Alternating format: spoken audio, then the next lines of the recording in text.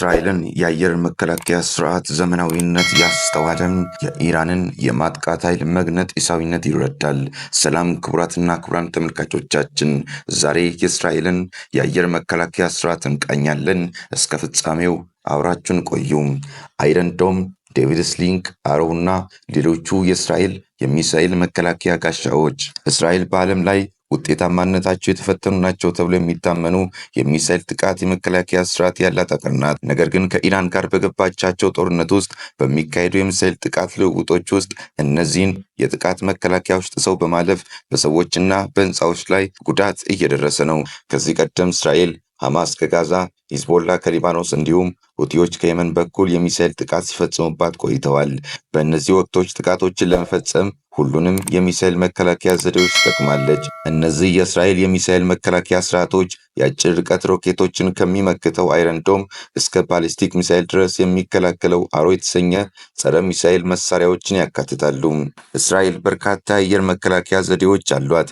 እንደየአቅማቸው በተለያየ ከፍታና ርቀት ላይ የሚመጡ የሚሳኤል ጥቃቶችን ለማክሸፍ የሚውሉም ናቸው። ከእስራኤል የሚሳኤል ጋሻዎች መካከል በጣም የሚታወቀው አይረን ዶም ሲሆን የአጭር ርቀት ሮኬቶችን ለመከላከል የሚያስችል ነው። ይህ መሳሪያ ሞርታሮችንና ከሚሳኤል ማስወንጨፊያ የሚተኮሱ ከ4 እስከ 7 ኪሎ ሜትር ርቀት ላይ የሚጓዙትን ያከሽፋል። የዳዊት ወንጭፍ ወይም ዴቪድ ስሊንግ የተሰኘው ደግሞ እስከ 300 ኪሎ ሜትር ርቀት የሚጓዙትን የረዥም ርቀት ሮኬቶችን፣ ክሩዝ ሚሳኤሎችን እና የመካከለኛ ወይም የረዥም ርቀት ባሊስቲክ ሚሳኤሎችን ለመከላከል ያስችላል። አሮ 2 እና አሮ 3 የሚባሉት ደግሞ እስከ 2400 ኪሎ ሜትር ርቀት የሚጓዙ መካከለኛና ረዥም ርቀት ሚሳኤሎችን ይከላከላሉ። አንድ በአንድ እንመልከታቸው። አይረን ዶም የብረት ጉልላት ጸረ ሚሳኤል። አይረን ዶም በጦርነት ውስጥ ተደጋግሞ የተሞከረ የዓለማችን የአየር መከላከያ ስርዓት መሆኑ ይነገርለታል። ከቅርብ ዓመታት ወዲህ ሐማስ እና ሌሎች የጋዛ ታጣቂ ቡድኖች እንዲሁም ሂዝቦላ ከሊባኖስ ወደ እስራኤል በተኮሷቸው ሚሳኤሎች ብዛት ነው መሳሪያው ተደጋግሞ የመሞከር እድል ያገኘው። በመላው እስራኤል የሚገኙ የአይረን ዶም ማስወንጨፊያዎች ባትሪዎች አሏቸው። እያንዳንዱ ባትሪዎች 3 ወይም 4 ማስወንጨፊያዎችን ይዘዋል። እያንዳንዳቸው 20 ሚሳኤሎችን የማክሸፍ ብቃት አላቸው። አይረን ዶም ለጥቃት የሚወጡ ሮኬቶችን በራዳር ፈልጎ ይከታተላል። የትኞቹ ሮኬቶች ህዝብ በሚበዛባቸው ቦታዎች ላይ ሊወድቁ እንደሚችሉ ያሰላል። ባዶ ቦታ ላይ የሚወድቁትን በመተው አይረን ዶሙ ሚሳኤሎቹን ወደ እነዚህ ሮኬቶች በመተኮስ ያጨናግፋቸዋል። የእስራኤል መከላከያ ሰራዊት IDF እንደሚለው አይረን ዶም ካነጣጠራቸው ሮኬቶች 90 በመቶ ያህሉን ያመክናቸዋል። ታሚር የሚሰኙት እያንዳንዳቸው ሚሳኤሎቹ $50,000 ገደማ ያስወጣሉ። እንደ ኢትዮጵያን አቆጣጠር በ2006 በእስራኤልና በሂዝቦላ መካከል ከነበረው ጦርነት በኋላ ነው አይረን ዶም የተሰራው። በወቅቱ ሂዝቦላ ወደ እስራኤል 4000 የሚጠጉ ሮኬቶችን በመተኮስ ከፍተኛ ጉዳት ከማድረሱ ባለፈ በደርዘን የሚቆጠሩ ዜጎቿን ገድሏል።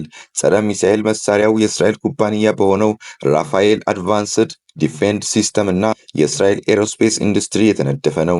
የአሜሪካን መጠነኛ ድጋፍ በመጠቀም በ2011 ነበር የተመረተው። አይረን ዶም ለመጀመሪያ ጊዜ በዘመቻዎች ላይ ጥቅም ላይ የዋለው በዚያው ዓመት ሲሆን ከጋዛ የተተኮሱ ሮኬቶችን ማክሸፍ ችሏል። የአይረን ዶም ሚሳኤሎች ከጥቅምት 23 ወዲህ ሐማስ እና ሌሎቹ ታጣቂ ቡድኖች ከጋዛ እንዲሁም ደግሞ ሂዝቦላ ከደቡብ ሊባኖስ የተኮሷቸውን በ10 ሺህ የሚቆጠሩ ሮኬቶችን አክሽፏል። ዴቪድ ስሊንግ የዳዊት ወንጭፍ ጸረ ሚሳኤል። በዕብራይስጥ ተአምረኛው ዘንግ በመባል የሚጠራው የዳዊት ወንጭፍ ዴቪድ ስሊንግ እስከ 300 ኪሎ ሜትር ርቀት ላይ የሚገኙ ሚሳኤሎችን መከላከል ይችላል። መስከረም 2024 ላይ ሂዝቦላ ከሊባኖስ የተኮሳቸውን የባሊስቲክ ሚሳኤሎች ለመከላከል ጥቅም ላይ ውሏል። እንደ እስራኤል ጦር ገለጻ ከሆነ ኢራን የተሰራው ይህ ቃድር 1 የተሰኘ ባሊስቲክ ሚሳኤል ከ700 እስከ 1000 ኪሎ ግራም ክብደት ያለው የመካከለኛ ርቀት ባሊስቲክ ሚሳኤል ነው። ሂዝቦላ ሚሳኤሉ ኢላማ አድርጎት የነበረው በቴል አቪቭ የሚገኘውን የሞሳድ ዋና መስሪያ ቤትን እንደነበር ገልጿል። የእስራኤል ጦር ግን ሚሳኤሉ ወደ መኖሪያ መንደሮች እያመራ ነበር ብሏል። የዳዊት ወንጭፍ በእስራኤሉ ራፋኤል አድቫንስድ ዲፌንስ ሲስተም እና በአሜሪካው ሬይተን የጋራ ጥምረት የተሰራ ነው። በአውሮፓውያኑ 2017 ነው አገልግሎት ላይ መዋል የጀመረው። ስተነር የተሰኙት የዴቪድ ስሊንግ ሚሳኤሎች የአጭር የመካከለኛና የረዥም ርቀት ባሊስቲክ ሚሳኤሎችን በዝቅተኛ ከፍታ ላይ ለመምታት የተሰሩ ናቸው።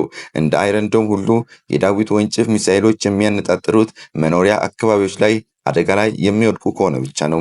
እንደ አይረንዶም ሁሉ የዳዊት ወንጭፍም አውሮፕላኖች፣ ድሮኖችንና ሚሳይሎችን ይከላከላሉ። እያንዳንዱ የዳዊት ወንጭፍ ሚሳይልም $1 ሚሊዮን ገደማ ያወጣል። በግንቦት 2023 በጋዛ የሚገኘውን የፊልስጤሙ እስላማዊ ጂሃድ ቡድንን ጥቃት ለመከላከል የዳዊት ወንጭፍ ጥቅም ላይ ውሏል። ቡድኑ ከ1100 በላይ ሚሳይሎችን የተኮሰ ሲሆን እስራኤል ስጋት ፈጥረዋል ካለቻቸው ውስጥ 96 በመቶ ሮኬቶችን ማምከኗን ትናገራለች። አሮው ቀስት ጸረ ሚሳኤል አረው 2 የተነደፈው ከመሬት 50 ኪሎ ሜትር ርቀት ላይ በመምዘግዘግ የአጭርና የመካከለኛ ርቀት ባሊስቲክ ሚሳኤሎችን ለመከላከል ነው።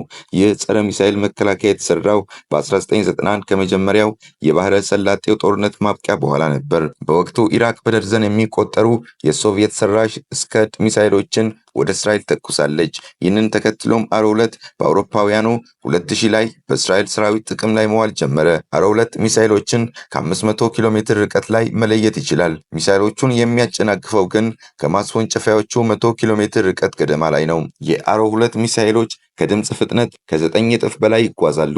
በአንድ ጊዜ እስከ 14 ኢላማዎችን ሊያመክኑ ይችላሉ። አረው 2 በአውሮፓውያኑ 2017 የሶሪያን ሚሳኤል ለመምታት ለመጀመሪያ ጊዜ በውጊያ ላይ ጥቅም ላይ የዋለ ነው ተብሏል። የዚሁ ጸረ ሚሳኤል ዙርያ የሆነው አረው 3 ደግሞ በዚህ ዓመት ነበር ለመጀመሪያ ጊዜ ጥቅም ላይ የዋለው። ይህ መሳሪያ ከከባቢ አየር ውጭ የሚጓዙ የረዥም ርቀት ባሊስቲክ ሚሳይሎችን ለመጥለፍ የተነደፈ ነው። 2400 ኪሎ ሜትር የመጓዝ አቅምም አለው። በአውሮፓውያኑ 2017 አገልግሎት ላይ የዋለ ሲሆን ለመጀመሪያ ጊዜ በውጊያ ላይ ጥቅም ላይ የዋለው በፈረንጆቹ 2023 ነው። በዚህም የመን ውስጥ ያሉ የሁቲ አማጽያን በደቡብ እስራኤል በሚገኘው በኤላት የባህር ዳርቻ ከተማ ላይ የተኮሱትን ባሊስቲክ ሚሳይሎችን ለማክሸፍ አገልግሏል። አረው 3 የተመረተው በመንግስታዊው የእስራኤል ኤሮስፔስ ኢንዱስትሪ ሲሆን በአሜሪካ ቦይንግ ኩባንያ ድጋፍ ተደርጎለታል።